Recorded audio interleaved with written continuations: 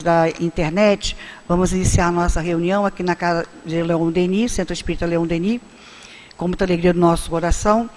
E hoje, a segunda-feira, estudamos aqui no Leon Denis, neste horário, 19h30, os livros dos médiuns. Especificamente hoje, vamos estudar da segunda parte do livro dos médiuns, o capítulo 12, que Kardec intitulou Pneumatofonia, Pneumatografia ou Escrita Direta. E o nosso Joaquim vai nos trazer a palavra. Nós vamos passar agora a leitura da página, que todos nós temos às mãos. É um texto do nosso querido Emmanuel, está no livro Canais da Vida, pela psicografia do nosso querido Francisco Campos Xavier. Médium e mediunidade. Apenas ligeiro símile da vida comum para salientar a importância da preparação do médium perante a mediunidade. No parque industrial, o automóvel é um prodígio de técnica. Peças trabalhadas com esmero, velocidade calculada, controle perfeito. Previsão favorecendo despesas mínimas, conforto na condução e ganho de tempo. Dentro da máquina, porém, está o motorista, de cujo bom senso dependem a segurança e a paz do viajante. Se o motorista não protege o carro, não lhe dispensa atenção fora do movimento, se abusa da sua capacidade ou se não respeita as leis do trânsito, por mais haja havido perfeição nas oficinas para a construção do veículo, será muito difícil conservar o automóvel ou escapar de riscos graves. Na mediunidade, o ensinamento é o mesmo, à luz do esclarecimento. A doutrina espírita é um prodígio de orientação e de apoio. Instruções claras, socorro constante, amparo na vida e diretriz exata para o aproveitamento integral das horas. No exercício da mediunidade, entretanto, está o médium, de cujo bom senso dependem a harmonia e a bênção das manifestações espirituais. Se o médium não defende as próprias faculdades, se não estuda a fim de ampliar o próprio discernimento, se abusa de suas possibilidades, ou se não serve ao próximo na seara do bem, de modo a conquistar merecimento e valor nas relações entre as criaturas, por mais haja perfeição na doutrina espiritual, será muito difícil conservar a mediunidade ou escapar de amargas experiências. Emmanuel. Vamos fazer agora a nossa prece, que vai marcar o início da nossa reunião e do trabalho de paz. Amado Jesus, aqui estamos, com alegria no nosso coração, rogando a Tua luz, o Teu amor, a Tua paz, Senhor, para os nossos estudos da noite de hoje. Que possamos deixar lá fora as nossas preocupações e trazer o nosso pensamento, o nosso coração para todo o estudo que estaremos realizando nessa noite. Que o Teu amor também ampare os outros trabalhos que estão sendo realizados em nossas casas, quer nos cursos, no nosso celdinho, enfim, todos os trabalhos, Senhor, que estão em exercício durante a nossa reunião. Abençoa os nossos companheiros Joaquim, a nossa Rita, que estão responsáveis de conduzir os seus sentimentos, os nossos sentimentos e o nosso pensamento. E permita que seja em Teu nome, amorável Mestre, em nome de Ernesto Bozano, patrono desta reunião, mas acima de tudo, em nome de Deus, nosso Pai, Senhor de nossas vidas, que demos por iniciada a nossa reunião da noite de hoje. Que assim possa ser, Senhor. Graças a Deus. Nós vamos ler, então, uma parte do item 146, que fala sobre a pneumatografia, e uma outra parte do item 150, que vai nos falar sobre a pneumatofonia. Livro dos Médiuns, capítulo 12, pneumatografia ou escrita direta e pneumatofonia. Escrita direta, item 146. A pneumatografia é a escrita produzida diretamente pelo espírito, sem intermediário algum, Difere da psicografia, em que esta é a transmissão do pensamento do espírito por meio da escrita trazida pela mão do médium. O fenômeno da escrita direta é indubitavelmente um dos mais extraordinários do espiritismo, mas, por mais anormal que pareça à primeira vista, é hoje um fato averiguado e incontestável. Se a teoria é necessária para se perceber a possibilidade dos fenômenos espíritas em geral, ela talvez o seja ainda maior nesse caso, sem dúvida, um dos mais estranhos que possa ainda ser apresentados, mas que deixa de parecer sobrenatural desde que se lhe compreenda o princípio. Nós vamos passar agora ao item 150, onde o nosso querido Kardec define a pneumatofonia. Podendo os espíritos produzir ruídos e pancadas, podem também muito bem fazer com que se ouçam gritos de qualquer natureza e sons vocais que imitem a voz humana, ao nosso lado ou no vazio do ar. É esse fenômeno que designamos sob o nome de pneumatofonia.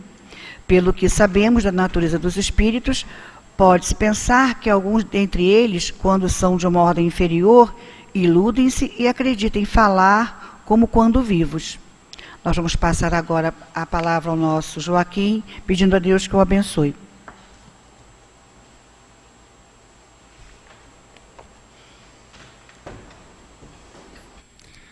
Meus irmãos, minhas irmãs, que a paz de Jesus continue em nossos corações.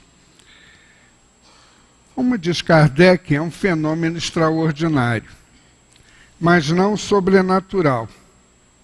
E, evidentemente, a doutrina espírita tem explicações convenientes e adequadas para nos fazer compreender como é possível que os espíritos possam escrever diretamente sobre uma folha de papel, ou no exemplo da Bíblia, na parede de um banquete,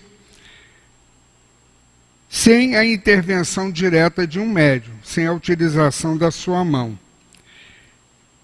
Nós vamos ver na Bíblia, em Daniel, um banquete que está sendo feito, ocorrendo num determinado palácio. Nós aqui vamos resumir bem, porque é bem extenso o texto da Bíblia. E Daniel comparece, depois é chamado, porque ocorre, no momento do banquete, aparece na parede um dedo que começa a escrever. Seria interessante se pudesse fazer isso aqui agora, né? Seria ótimo aparecer um dedo aqui e começar a escrever na parede algumas palavras. Mas esse tempo já passou. E é preciso entender que tal fenômeno que é narrado na Bíblia teve uma razão de ser. É preciso ir à Bíblia e ler o antes, o durante e o depois para entender por que há a provocação desse tipo de fenômeno. Em que os espíritos, no ambiente que nós podemos dizer bem antagônico, com vibrações muito, muito inferiores, e mesmo assim os espíritos conseguiram superar tudo isso e produzir ali um dedo, se materializar e escrever umas palavras. As palavras eram Mene, Tekel e Pérez. E Daniel, está lá dito, ele tinha a capacidade de interpretar sonhos. Era um intérprete de sonhos, tinha essa capacidade.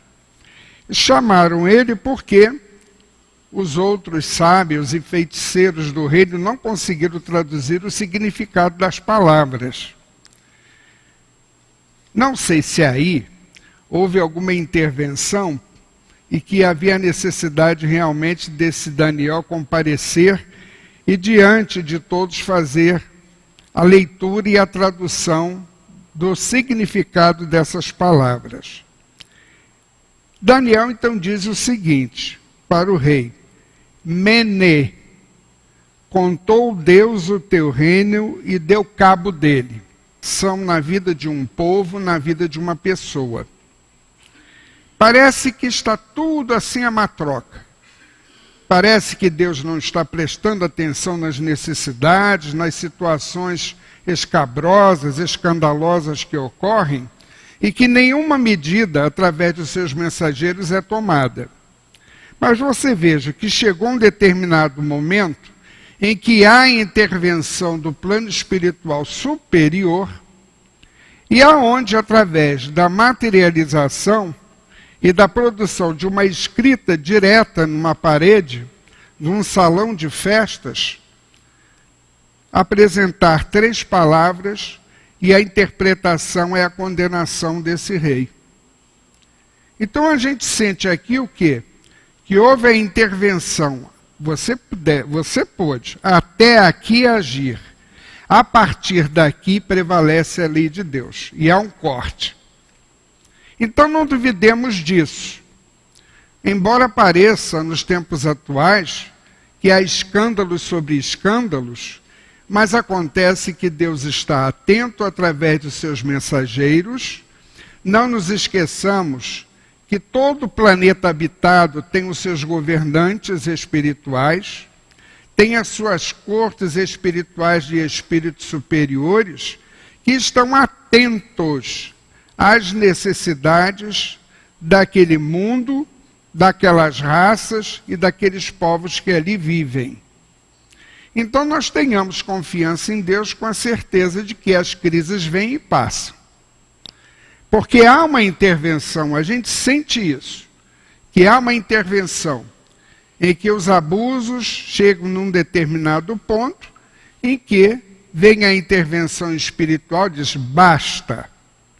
Até aqui cumpria-se a lei, porque muitas vezes nós passamos por certas situações que é permitido passar para que nós possamos fazer certos resgates, aprendermos certas lições e sabermos exatamente o que está de acordo ou não com as leis de Deus que regulam o nosso progresso material e espiritual, dentro de um mundo como o nosso, que ainda está na classificação de mundo de provas e expiações. Então nós sentimos que há uma intervenção, que há uma presença que naquele momento diz que não há mais necessidade de que aquelas situações perdurem. Durante um certo tempo, muitas coisas ficam acobertadas. E é interessante que quando vai chegando o momento do basta, do momento em que há intervenção maior do bem e das forças do bem em nossas vidas, é justamente o instante em que parece que o escândalo vai redobrando, vai se acentuando, e nós vamos tomando até conhecimento de coisas que até então eram desconhecidas. Para o nosso bem isso, viu? É muito bom nós estarmos informados das coisas inconvenientes que ocorrem dentro da sociedade na qual estamos ligadas, para que possamos aprender também a fazer o nosso discernimento. Então nós vamos vendo aqui o quê? Um fenômeno de pneumatografia ou escrita direta. Moisés, quando sobe ao Monte Sinai, também está na Bíblia, deixa aqueles que o seguiram em torno do monte, ao pé do monte, porque havia uma determinação que os outros não subissem. Apenas ele subiu. Mas olha que coisa interessante a descrição do que ocorre nesse momento em que o povo se aproxima do pé do monte e Moisés está para subir ao alto do monte. Está na Bíblia isso. Todos em torno do monte escutam trovões e relâmpagos, e uma espessa fumaça envolve o monte. Recebe, dali a alguns momentos, Moisés os 10 mandamentos em tábuas de pedra, escritas pelo dedo de Deus. Então assistimos aqui novamente aparecer, não o povo ver, mas Moisés assim o descreve o que tinha acontecido durante esse momento, em que há um dedo que vai sobre essas tábuas de pedra e vai traçando. Quem já viu o filme 10 Mandamentos? Quem já viu esses filmes de que citam esses fatos da Bíblia, aparece lá, às vezes não é propriamente um dedo, são raios que são disparados sobre a pedra. É muito interessante. A gente tenta explicar, alguém aqui esteve presente lá? Ninguém aqui esteve presente. Talvez tenhamos feito parte daquele povo que ficou abaixo. Mas quem viu o fenômeno direto foi Moisés. E é descrito assim o que ocorre. Não se vê, isso só Moisés assistiu, mas se vê que há uma série de fenômenos interessantes ocorrendo em torno do cume da altura do cimo do monte, em que há uma fumaça espessa e que há relâmpagos e trovões. Aqueles que são adeptos de discos voadores dizem que foram seres de outros planetas que baixaram. Ora, não precisa vir gente de outros planetas para provocar fenômenos aqui, convenhamos. Todos nós tentamos explicar esses fenômenos de acordo com o nosso conhecimento, cultura, a educação tradicional que tenhamos tido, a religião que abraçamos. Mas o importante é que é descrito que há um fenômeno que ocorre ali. E que no meio desse fenômeno ocorre uma escrita direta sobre 2 tábuas de pedras. E que Moisés posteriormente as abraça e desce com elas para junto do povo.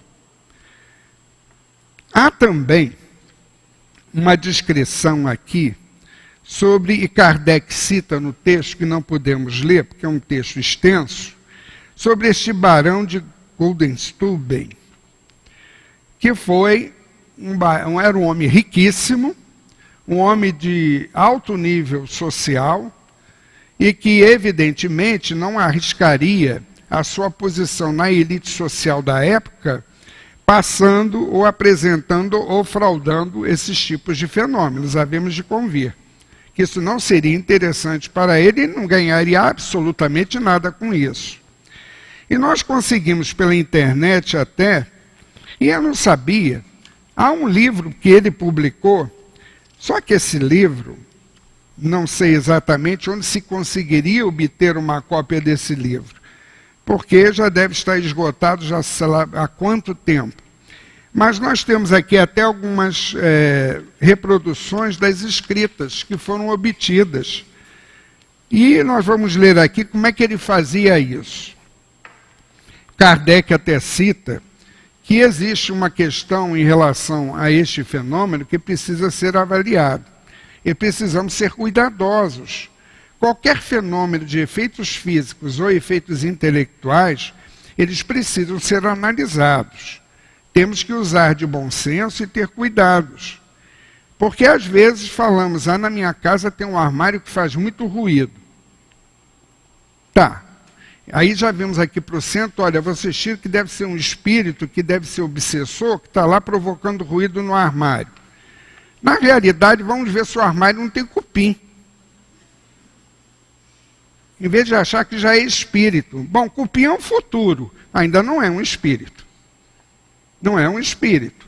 Então, são certas coisas que às vezes nós precisamos prestar atenção para ver se não é o efeito do vento, se não é um próprio móvel que já está muito velho, muito usado, e que qualquer movimento ao andar, ao passar próximo a ele, a porta abre, e a gente já fica achando que foi o espírito que abriu a porta.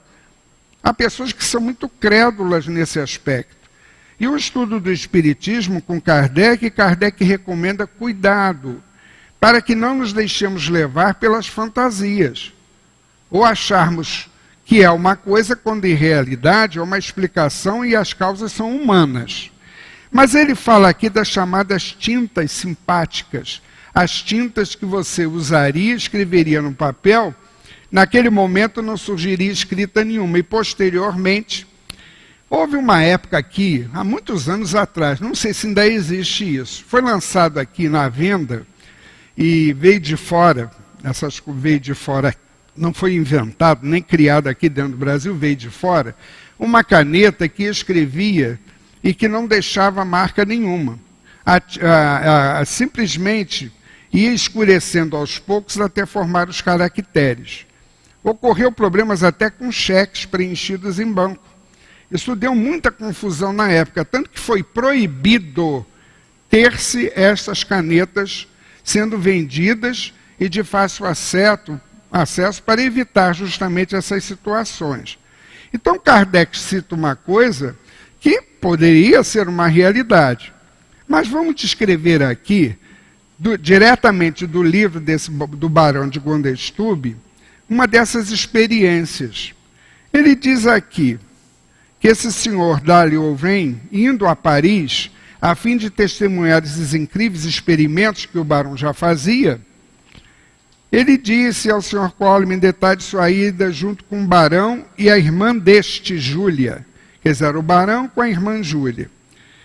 Há várias capelas, veja bem que não era centro espírita não. Ele não ia para dentro de uma sala reservada de um centro espírita. Ele ia a capelas, várias capelas em Paris, onde deitou ao chão folhas de seu próprio papel, sem lápis ou material para escrita. Retirando-se uns poucos passos, ficando um pouco distante desses papéis. Mas nunca perdendo de vista os papéis, para justamente evitar a questão da fraude.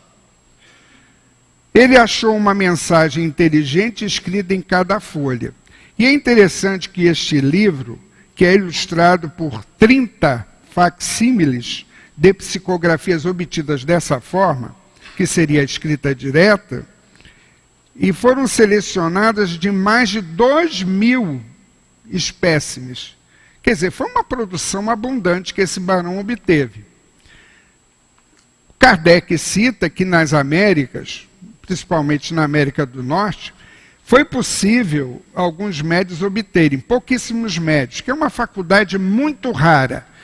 Portanto, o que nós estamos vendo aqui é Kardec mostrando uma possibilidade de se obter um determinado fenômeno, uma determinada produção mediúnica. Mas isso não quer dizer, meus queridos, que nós vamos sair daqui, chegar em casa, pegar uma folha de papel em branco, botar numa gaveta, fechar e no dia seguinte abrir esperando que esteja alguma coisa escrita.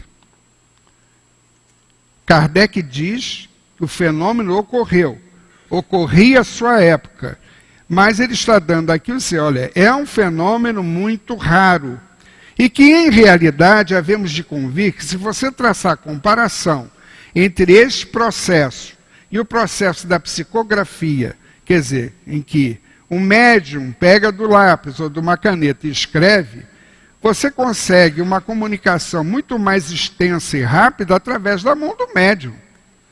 Porque esse processo aqui vai ter necessidade de haver um médium de efeitos físicos, com aptidão muito especial para produzir esse tipo de fenômeno. E provavelmente o nosso irmão Barão, com a sua irmãzinha Júlia, talvez fossem aqueles que doassem a energia, os fluidos necessários, para que tal movimentação seja feita pelos espíritos, nessa condição. É interessante que comprova. Aqui mesmo nesse texto é dito que houve o recebimento de psicografia direta ou escrita direta em mais de 20 línguas diferentes. E há um exemplo aqui do grego, está aqui em grego, e tem também aqui algumas amostras de comunicações de familiares cujas letras eram idênticas a quando eles estavam encarnados. Então, como prova de uma manifestação ostensiva mais direta do plano espiritual, é interessante. É interessante. Mas o próprio plano espiritual, que nessa época, ao tempo de Kardec, décadas antes, porque isso começou um pouco antes de Kardec realmente assumir essa postura de codificador da doutrina espírita, nós vamos observar que os fenômenos de efeitos físicos foram abundantes em vários países. Aqui no Brasil mesmo nós tivemos excelentes médios muito bons e seguros para efeitos físicos, como o Peixotinho, que é um excelente médio para materialização. E até nós tivemos a oportunidade de conhecer a irmã dele, a filha dele, aliás, a filha dele que foi até fazer uma palestra no Centro Espírita Irmão Clarencio, na Vila da Penha, e que, quando ela faz a descrição das materializações, era uma coisa incrível. Peixotinho já tinha uma carreirinha de filhos, né? Não teve um só, não. Era uma carreirinha de filhos. Tudo assim, aquela escadinha, tudo pequeno. Criança, para ficar quieta numa reunião de materialização, é difícil. Então, o que ocorria na casa de Peixotinho? Havia uma reunião à parte com o médium, com as pessoas presentes, e para as crianças não ficarem no ambiente, porque não ficariam acomodadas nem quietas o suficiente, José Grosso, que é um espírito que foi vinculado ao bando de Lampião, se materializava e tomava conta das crianças. O que vocês acham disso? Que babá boa, né? Quer dizer, fazia o papel de babá das crianças. Isso foi narrado por ela. Então, ela descreve uma materialização do nosso irmão Clarencio, que é citado no livro Nosso Lar, e foi um espírito que ajudou muito André Luiz no seu momento de liberação daquela região de sofrimento. Quando ela começou lá na reunião a descrever esta materialização de Clarencio, olha, mas desceu sobre o grupo que estava ali assistindo ao estudo dela, a palestra dela, uma vibração tão intensa. Eu nunca senti uma coisa daquela, foi uma vibração muito intensa mesmo, em que ela descrevia como é que era. Ela disse o seguinte: o ambiente onde estava meu pai fornecendo, como médium, o material necessário para o espírito se materializar, de repente se iluminou todo, e as luzes ultrapassaram as paredes. A luz que emanava desse espírito Clarencio ultrapassava as paredes, iluminava toda a casa.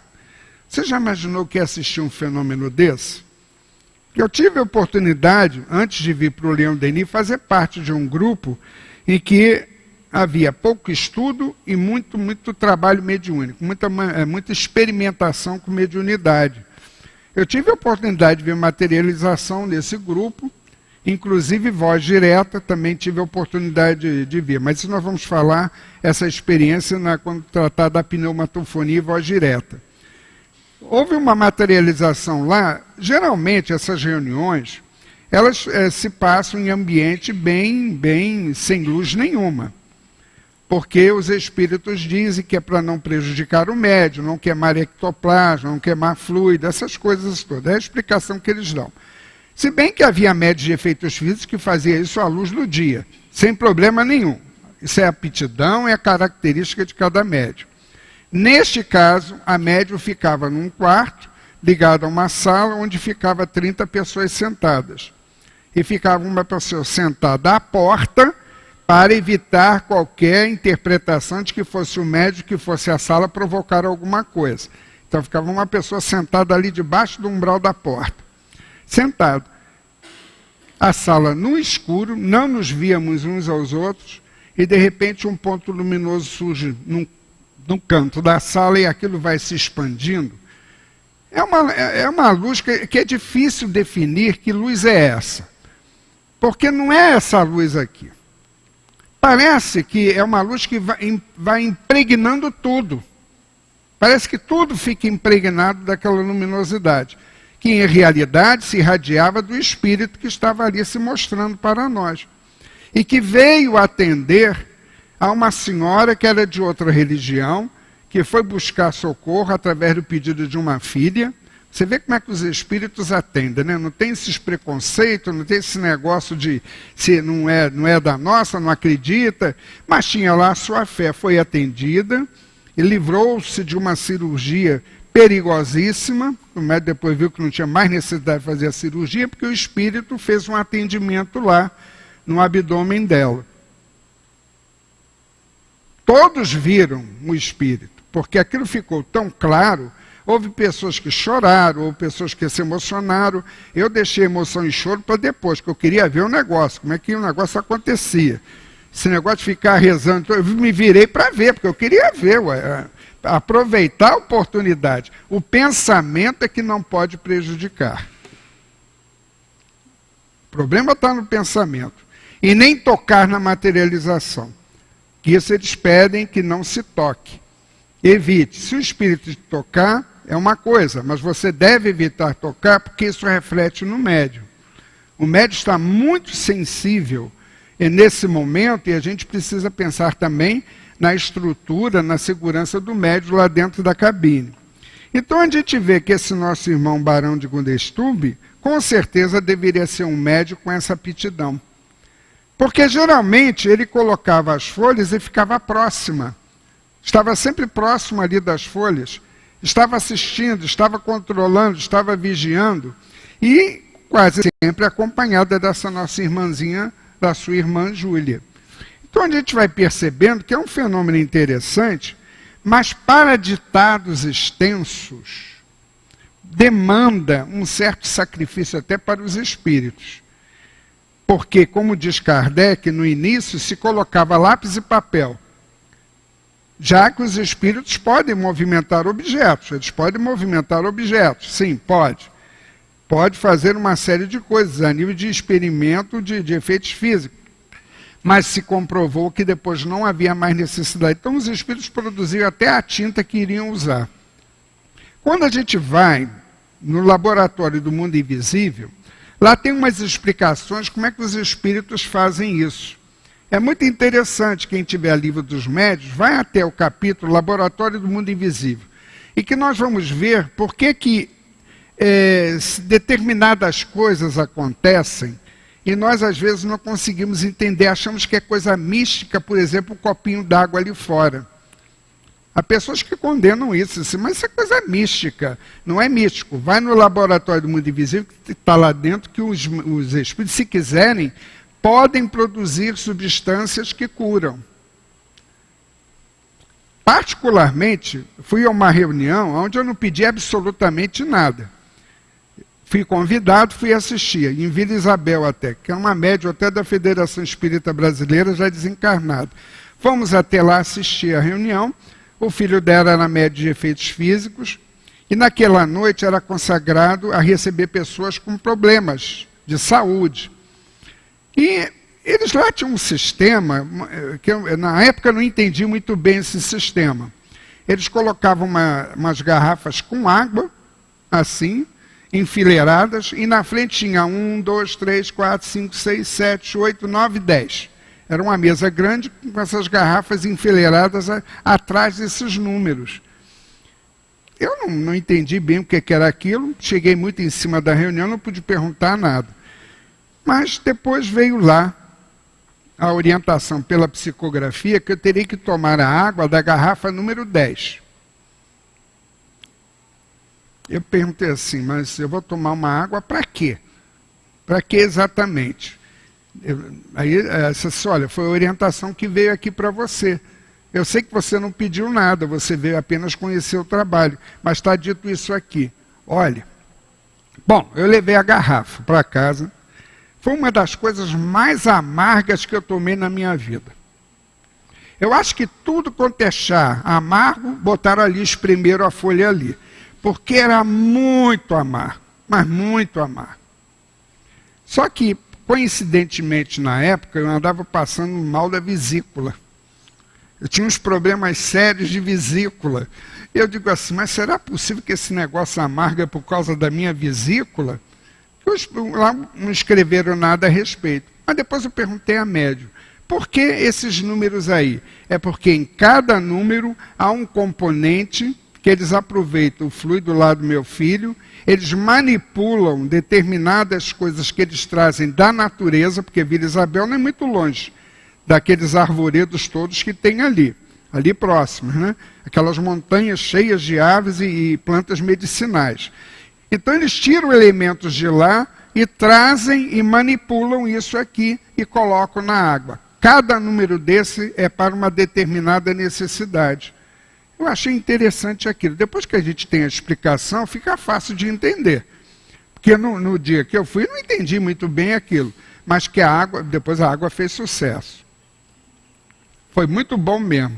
Tive um período assim, porque eu já estava quase chegando à beira de uma cirurgia de emergência, porque o médico disse, não, vamos ter que abrir, porque naquele tempo tinha que abrir mesmo, era um rasgo grande que se fazia, e vamos ver o que é que você tem aí, porque o remédio não está dando conta.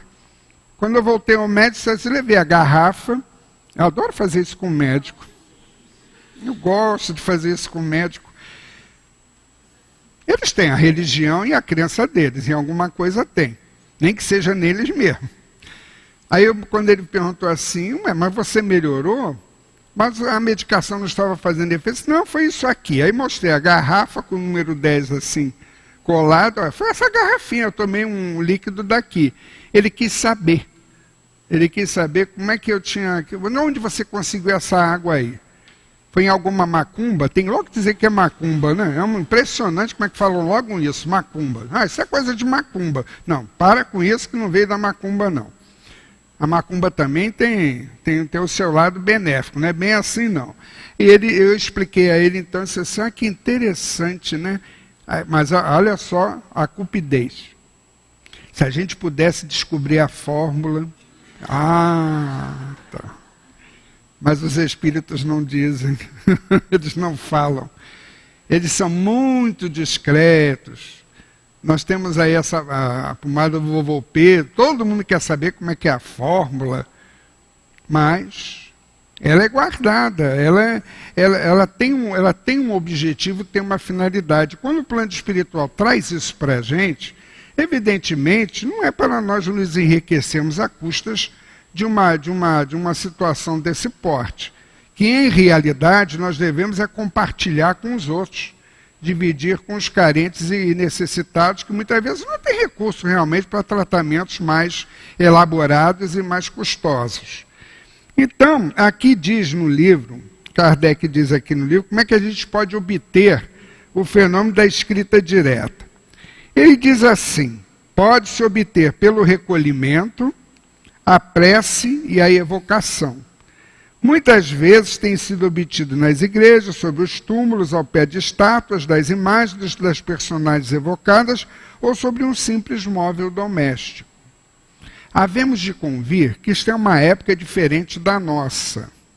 Temos que entender isso. Mas está no livro dos médiuns, como é que se pode obter? Se fosse uma real necessidade, muitos dos fenômenos de efeitos físicos retumbantes à época de Kardec prosseguiriam. E eles só prosseguiram, é interessante, até quase a metade do século XX. A partir da metade do século XX, isso foi decrescendo. E houve comunicações, através de certos médiuns, aqui no Brasil, dizendo que a preocupação do plano espiritual agora era trabalhar a cabeça do ser humano. Não é a tua, não. Fiz assim. Mas pode ser a minha também, a dela. A nossa cabeça.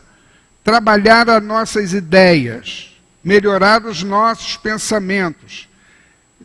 Tentar ajudar-nos a aprimorar, nos educar mais a nível de emoções e sentimentos. Que isso era muito mais importante do que eles ficarem produzindo uma série de fenômenos. Na realidade, a gente tem que perguntar, tem uma coisa aqui. Jesus curou a muitos. E quantos de fato se converteram e o seguiram? Posteriormente, na tarefa de divulgação das suas lições. Está escrito lá no Novo Testamento que muitos foram beneficiados, mas não foram transformados. E muitas vezes nós assistimos fenômenos interessantíssimos e até recebemos comunicações pela psicografia, pela psicofonia, achamos interessantes na época, mas depois mergulhamos aí no nosso dia a dia e achamos que isso não tem espaço para aquilo que fazemos aí no nosso dia a dia. A nossa vida é muito atribulada, nós somos muito ocupados e essas coisas aí provavelmente não conseguem se inserir no contexto daquilo que fazemos no dia a dia. E, no entanto, quantos conselhos se perdem porque nós não valorizamos o que estamos lendo e o que estamos escutando. Nós precisamos dar uma paradinha e ver isso, porque quantas vezes... Numa palestra, não digo em torno talvez do livro dos médiuns, mas vamos citar palestras em torno do Evangelho, aqui na quarta-feira.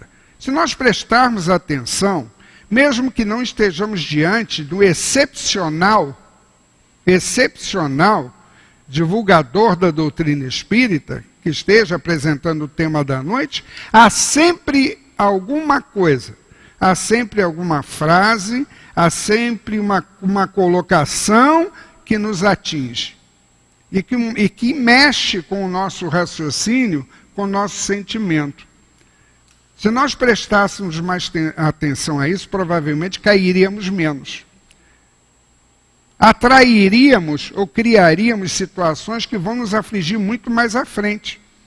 E quantas vezes são feitas exortações, aconselhamentos, orientações, que buscam justamente o quê? Atrair-nos a mudar o raciocínio e mudar a nossa percepção, trabalhar essa percepção para que nós possamos definir exatamente o que é bom para mim e o que não é. O que é certo, o que é errado, o que está de acordo ou não com aquilo que eu estou aprendendo dentro da religião, que é o abraço. Qual é a religião que manda a gente matar os outros, manda comer? Não tem religião explicitamente que fale isso. Mas quando nos tornamos fanáticos, nós nos tornamos guerreiros e defensores da grande lei, do grande Senhor, do grande Deus, etc. e tal.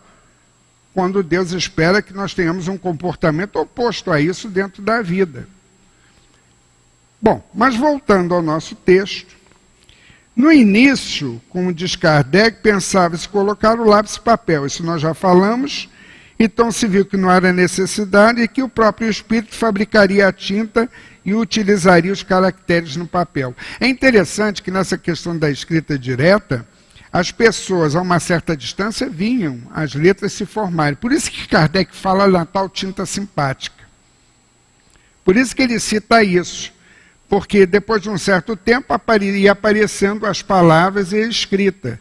Mas quando se toma as devidas precauções, evidentemente que não é possível fraudar. E vamos convir que um barão riquíssimo, em posição elevada dentro da sociedade, jamais se sujeitaria a ser desmascarado e cair em desgraça pública, que naquele tempo se valorizava muito o nome de família. Se valorizava muito o nome de família. Hoje, nós estamos observando um movimento ao contrário. Mas as pessoas teriam vergonha de se submeterem a isso, ainda mais sendo de uma certa posição social. Entrando na pneumatofonia, como ele diz aqui, a nossa irmã leu, a Aparecidinha, os espíritos podem produzir ruídos e pancadas. Isso daí, de vez em quando, acontece. É muito comum até, ainda não é incomum não. É comum acontecer isso. E nós temos até alguns casos de pessoas que chegam aqui dizendo, lá em casa as coisas estão voando. Quer dizer, voando no sentido que estão sendo atiradas, né? Porque voar é outra coisa. Mas que ocorre movimentos de objeto, há ruídos, há pancadas. Analisando tudo e verificando se não há uma causa humana, então vamos ver se é uma causa espiritual. Se são espíritos que estão provocando tais situações. Porque, geralmente, vamos ser sinceros, a gente busca uma solução para o problema quando esse problema começa a nos incomodar.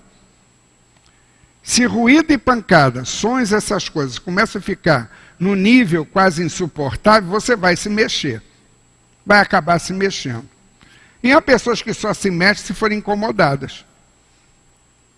Não é o caso de ninguém aqui, ainda bem. Mas ocorrem situações que eu vou te contar, a pessoa ainda fica duvidando. Ora, houve um médium daqui da casa já desencarnado, que ele só veio para a doutrina espírita porque ele tinha um primo e a família tinha um hábito, olha só que coisa. Esse primo deveria ser médium de efeitos físicos, óbvio, aconteceu o que acontecia. Então diz que os grupos, os sobrinhos, as tias, todo mundo ia um sábado à noite, fazia uma reunião familiar. E simplesmente ficava esperando. Daqui a pouquinho, esse parente deles começava a sentir sono, começava a sentir o sono, começava a sentir um envolvimento e tinha que deitar. Quando ele deitava, a coisa começava. Então, de vez em quando, voava um travesseiro do quarto. Ficavam vigiando para ver se era ele que fazia, porque o bom senso diz, vamos ver se não é ele que está fazendo isso. E quando se ia lá no quarto, via-se a coberta levantando, sendo jogada para o lado, ele dormindo, apagadinho, dormindo lá em cima da cama. O travesseiro voava para a sala.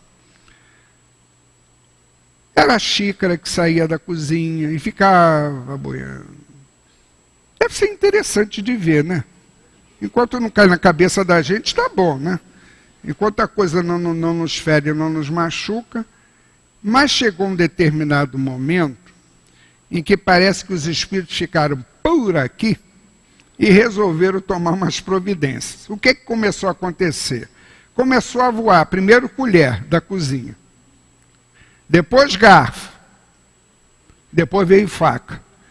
Quando começou a voar a faca, o pessoal resolveu suspender o negócio porque a coisa estava ficando séria. Esse médium, que foi da casa, já desencarnou, ele disse o seguinte, que eu fiquei tão impressionado com aquilo, que eu falei com meu primo que ele tinha que buscar algum lugar. Bom, ele agora é pastor, até hoje é pastor, ainda não desencarnou. Não foi ser um médium no centro espírita, optou por ser pastor e foi seguir a carreira, e lá provavelmente as possibilidades, a energia dele foi canalizada para uma outra coisa, uma outra atividade, que não foi mais efeitos físicos. E esse então veio para o centro. Ele diz que ficou tão impressionado porque houve uma reunião que um castiçal de prata com uma vela passou pelo forro da casa e nunca mais foi visto. Enquanto voava faca e colher e garfo, a dona da casa não se incomodou. Eu imagino que eu ia participar de uma reunião que essas coisas vinham em cima da gente. Mas, no dia que sumiram com o castiçal de prata, a mulher ficou tão irada, ficou com tanta raiva dos espíritos, diz assim, vocês têm que me devolver esse castiçal de prata, porque isso é prata mesmo, isso não é uma bijuteria qualquer.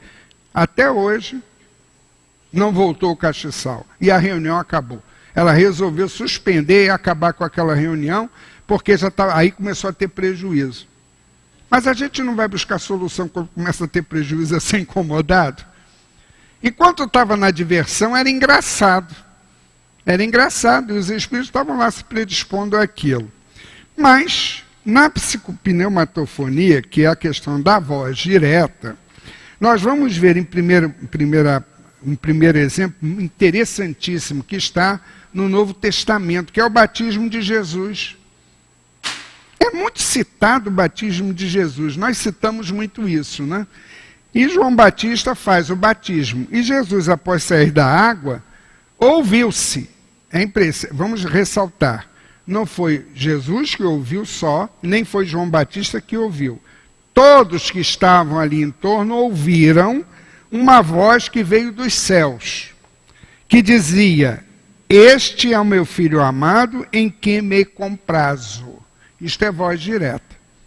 É uma voz produzida pelos espíritos e que repercute no ambiente, causa um impacto. Eu tive a oportunidade de ver e de ouvir um fenômeno desse nessa reunião que eu frequentava, aonde eu tinha tido um aborrecimento na quinta-feira, eu já falei aqui, mas como eu acho que a maioria aqui não é daquela época, então eu posso contar de novo, em que eu não contei a ninguém, porque o regime era severo, era regime de ordem espiritual e físico. Então eu briguei, discuti, me aborreci muito no trabalho na quinta-feira, não falei nada, fechei a boca, não comentei com ninguém. Chegou o sábado, lá fui eu, com a minha cara de Mona Lisa, aquele sorriso, como se estivesse tudo bem, eu estivesse em alfa, tudo bem. Ninguém sabia de nada. Sentei na reunião. Está lá a reunião comendo, daqui a pouquinho começou um som, que é muito característico desses sons de voz direta. Aí fala um menino que tinha o nome de Palminha, que ele participava muito em reuniões de materialização. Começa a falar, dá conselho para a gente. Vamos evitar isso e mais aquilo. Tomem muito cuidado com a alimentação, mas não só a alimentação do corpo, mas também o aspecto espiritual. Olha o pensamento, etc. Foi falando, e aquilo eu já fui ficando atento. Esse garoto vai falar alguma coisa, quer ver? Mas não deu outra. Falou, depois vira assim e fala: o que você acha, Joaquim? Você não acha que é isso mesmo? Eu fiquei gelado. Você estava doando fluido, cortei. Eu fiquei de um jeito, eu digo assim: meu Deus do céu, na frente de 30 e tantas pessoas falar isso, esse garoto, ele vai, disse que é espírito, eu não posso pegar nele. Porque é espírito, não vou poder pegar, né? Claro. Mas eu fiquei chateado, eu digo assim: mas meu Deus, por que ele fez isso? Acabou a reunião, todo mundo queria saber o que foi isso. Por que ele falou isso? Tive que contar, que eu me aborrecia, etc e tal, explicar toda a história. A gente pensa que nós não temos testemunhas em torno dos nossos passos no mundo, né? Que estamos sozinhos e que podemos enganar a eles, mas não enganamos. Há também um processo de voz direta, é a conversão do apóstolo Paulo, que se chamava Saulo, a caminho de Damasco. É interessante. Olha a narrativa que está aí em Atos dos Apóstolos. Seguindo ele estrada fora, ao aproximar-se de Damasco, subitamente uma luz do céu brilhou ao seu redor. E caindo por terra, ouviu uma voz que lhe dizia: Saulo, Saulo, por que me persegues? Ele perguntou: quem és tu, Senhor? E a resposta: eu sou Jesus, a quem tu persegues. Os seus companheiros de viagem pararam emudecidos, ouvindo a voz, não vendo, contudo, ninguém. Só ouve o som da voz. Voz direta. É um fenômeno de voz direta produzido pelos espíritos. Você vê que como é que novamente houve um momento que há um corte, um basta, na vida de alguém? Você vai. Chega uma hora que há um corte. Até aqui tudo bem. Aqui você tem que parar para refletir, pensar, repensar, para fazer as transformações e modificações necessárias na tua vida. Porque além daqui o prejuízo vai ser uma queda que vai te trazer muito sofrimento mais à frente. O Alexandre, o nosso tempo já está praticamente terminado, no livro Missionários da Luz, quem tiver esse livro, ou tiver interesse em ler, é um livro que trata muito de reuniões em torno de médios de efeitos físicos. É muito interessante essa obra de André Luiz. É o capítulo 10 que trata de materialização.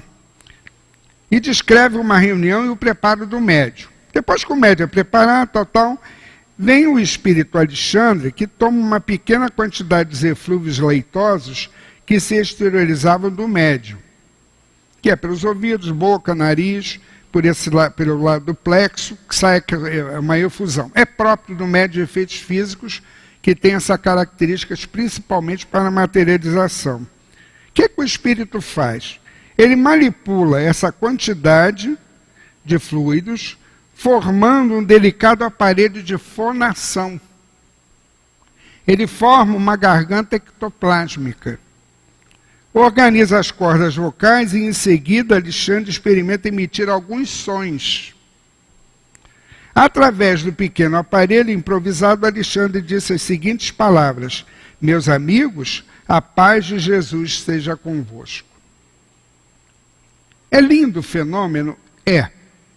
Mas, evidentemente, que nós estamos vivendo já uma época em que esses fenômenos todos extraordinários citados só comprovam que há a possibilidade dos espíritos intervirem de uma forma muito direta em nossas vidas. Mas nós nos esquecemos que há uma possibilidade de ajuda e intervenção positiva. Bom, aí também pode ser negativa, claro, dependendo da natureza do espírito que vem até nós. Mas durante o sono, por que é que nós, na nossa prece, não pedimos ajuda àqueles que são bons, que possam nos ajudar e orientar?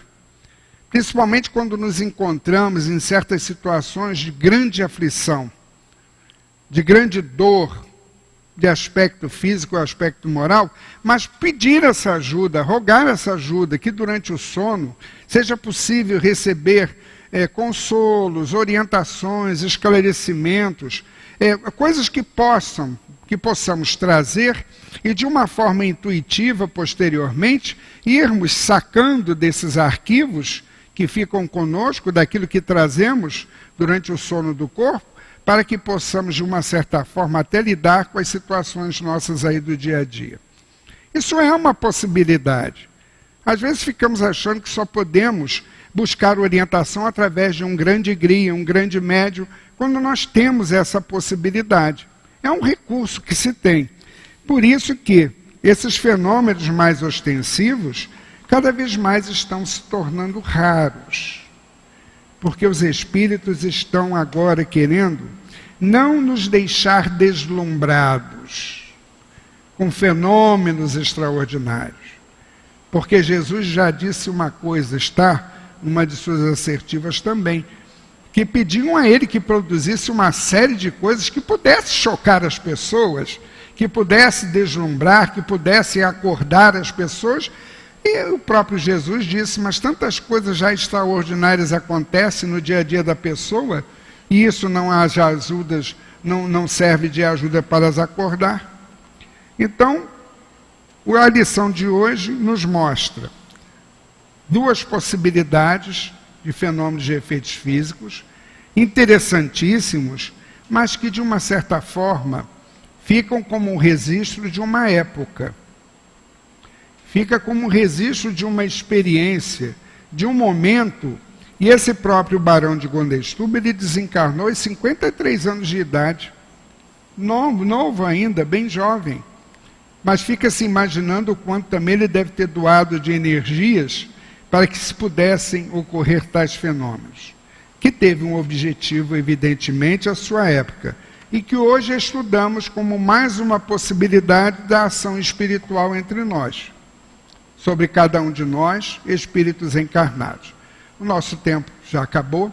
Que o Senhor nos abençoe, nos ampare, nos sustente, renove as nossas forças, a saúde do corpo, o equilíbrio emocional, nos sustente para que nós possamos prosseguir aproveitando as oportunidades que o Senhor nos concede para o nosso crescimento espiritual.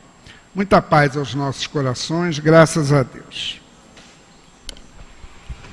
Todos nós agradecemos o nosso companheiro Joaquim, que nos trouxe não só o estudo do tema, mas acima de tudo a sua própria experiência pessoal, que é muito rica e ajuda bastante também a gente perceber melhor e sentir a importância do conhecimento, da informação em torno dos fenômenos da mediunidade. Nós vamos agora passar ao segundo momento, onde vamos estar recebendo os nossos passes e vamos estar estudando o capítulo 26 do Evangelho segundo o Espiritismo, Dai gratuitamente o que recebeste gratuitamente, com a nossa companheira Rita de Cássia. Ela vai estar estudando para conosco os itens 1 ao 6. Do item 1 ao 2, Kardec intitulou Dom de Curar. No item 1 é uma passagem do Evangelho de Mateus, no seu capítulo 10, e nos diz assim: devolvei a saúde aos doentes, ressuscitai os mortos, curai os leprosos, expulsai os demônios, dai gratuitamente o que gratuitamente recebestes. E o item 2, no comentário de Kardec: dai gratuitamente o que recebeste gratuitamente, disse Jesus aos seus discípulos, e com essas palavras determina que não se deve fazer pagar por aquilo a que nós mesmos nada custou. Ora, o que eles haviam recebido de graça foi a faculdade de curar as doenças, de expulsar os demônios, isto é, os maus espíritos. Esse dom lhes havia sido concedido gratuitamente por Deus, para o alívio daqueles que sofrem e para ajudar na propagação da fé.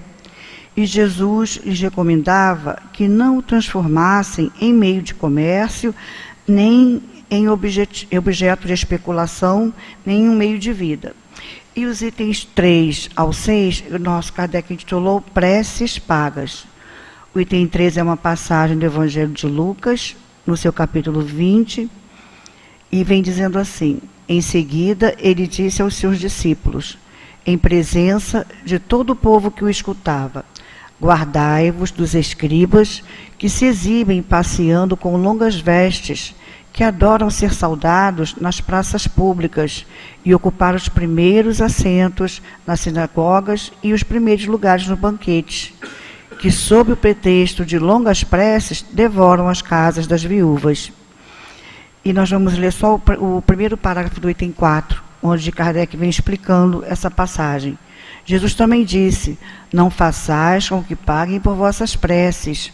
Não façais como os escribas, que sob pretexto de longas preces devoram a casa das viúvas, isto é, apoderam-se de suas fortunas. A prece é um ato de caridade, um impulso do coração. Fazer pagar a prece que se dirige a Deus por outra pessoa é transformar-se em intermediário assalariado. A prece, então, torna-se uma fórmula cujo tamanho fica proporcional ao preço que ela custe. Ora, das duas uma. Ou Deus mede ou não mede suas graças pelo número de palavras.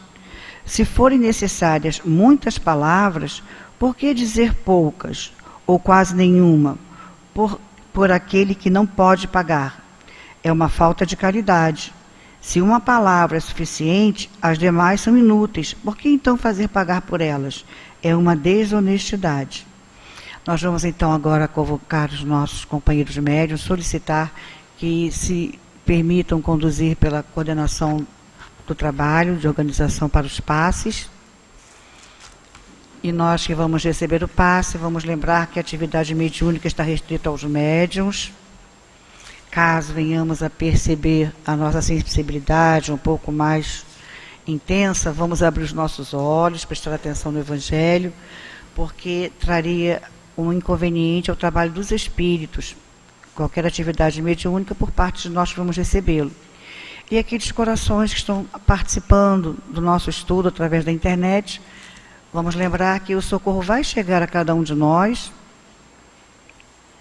Assim permite a lei de Deus, desde que tenhamos criado uma sintonia durante os nossos estudos com esses benfeitores do plano espiritual. Nós vamos aguardar um momento para fazermos a prece que vai marcar o início dos trabalhos dos passes.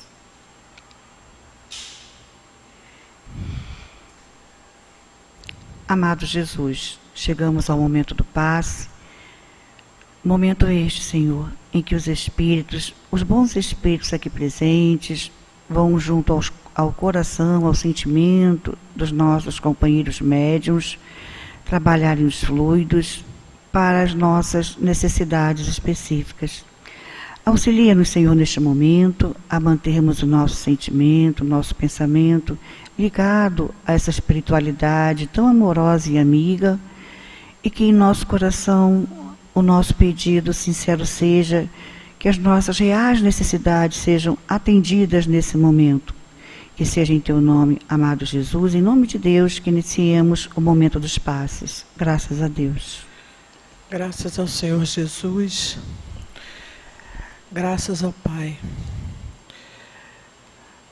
Que nós possamos estar nesse momento, na qualidade de médiuns, doando o nosso melhor, para estarmos auxiliando a espiritualidade no trabalho do passe.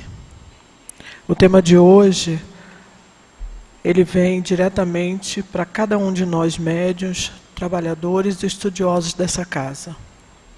Quando Deus nos diz que Ele quer que a luz chegue a todos, Ele não nos dá a condição de fazermos do nosso trabalho mediúnico um comércio. A mediunidade, ela depende, antes de tudo, dos espíritos. Por isso, nenhum de nós temos como garantir o resultado final de um tratamento de cura, por exemplo. E mesmo como foi bem lido aqui o item 4, quando ele fala da cobrança nas preces, não é pelo falatório da prece, por mais ou menos, que possamos estar cobrando alguma coisa. A mediunidade é um dom divino. E esse dom que nos é dado para estarmos nos melhorando enquanto médiuns, ele não nos dá a condição de fazermos dele um trabalho profissional. Para isso, nos é dado toda a oportunidade para estudarmos e nos prepararmos profissionalmente, para termos os nossos ganhos profissionais, para que possamos viver sem a necessidade de utilizarmos da nossa mediunidade em função de ganhos. O trabalho mediúnico nada mais é que um trabalho de caridade. Quando Jesus nos diz que levemos a luz a todos, Ele nos convoca a sermos caridosos. Ele nos convoca a amarmos uns aos outros, a cumprirmos exatamente os seus ensinamentos. Na página de hoje, Emmanuel, ele traça um paralelo do mecânico, do carro e do médium. O irmão X, ele diz para a gente que tem uma pequena história, ele traz uma história para a gente que ele conta um caso onde uma turma de desajustados, procurando fazer um alvoroço, destrói lâmpadas de um recinto. Lembra-nos que a energia elétrica que as iluminava continuava iluminando. E ele compara as lâmpadas a nós, os médiuns. E a energia elétrica, a espiritualidade superior. Muitas vezes as lâmpadas se quebram ou se apagam por si, mas a bondade divina nunca cessa. Assim somos nós, que muitas das vezes não cuidamos bem do nosso corpo, não fazemos de certos cuidados que temos que ter, nos preparando para um trabalho mediúnico, mas nem por isso o trabalho deixa de acontecer. E acontece com a eficácia que a espiritualidade preparou para que ocorra, independente do nosso preparo ou não. Mas aí, nesse momento, a gente analisa a nossa responsabilidade enquanto médium. Se nos propomos ao trabalho mediúnico, que possamos fazer dele o melhor que possamos fazer. E é isso que essa casa nos ensina, com cada estudo, com cada encontro que temos, para a oportunidade de estarmos nos esclarecendo cada vez mais para um trabalho mediúnico. Que possamos ser bons médios e não percamos essa oportunidade do trabalho mediúnico, que é um trabalho para o nosso crescimento e nossa evolução enquanto espírito imortais que somos. Que possamos ter uma semana de muita paz, de muita serenidade, de muita leveza, de muito amor. E no domingo, como bem disse a Luciana aqui no início, vamos aprofundar um pouco mais o estudo que foi trazido hoje pelo Joaquim, nos encontros que teremos no domingo. Que Jesus possa nos abençoar, nos levar em paz e em segurança aos nossos pontos de origem, com a graça de Deus. E assim, amigo Jesus, nós muito te agradecemos por tudo que na noite de hoje recebemos em torno do conhecimento do mecanismo da mediunidade. Rogamos ao teu coração que possamos retornar aos nossos lares, envolvidos nessa paz, envolvidos na plena certeza do amparo dos nossos benfeitores, e que durante o correr, Senhor, da semana, estejamos bastante atentos aos convites do bem, às intuições que estaremos recebendo dos nossos benfeitores, para que estejamos bastante prontos a realizar todo o bem que já somos capazes de fazer. Rogando ao teu amor que essa casa permaneça, cada vez mais conduzindo-nos ao estudo, ao trabalho, pedimos a permissão, Senhor, para que em nome do Ernesto Bolzano, patrono desse estudo, os nossos diretores espirituais, mas acima de tudo, em nome do teu amor, em nome do amor de Deus, que venhamos a encerrar a nossa reunião. Que assim seja, Senhor, graças a Deus. Que possamos chegar aos nossos lares em paz, amigos.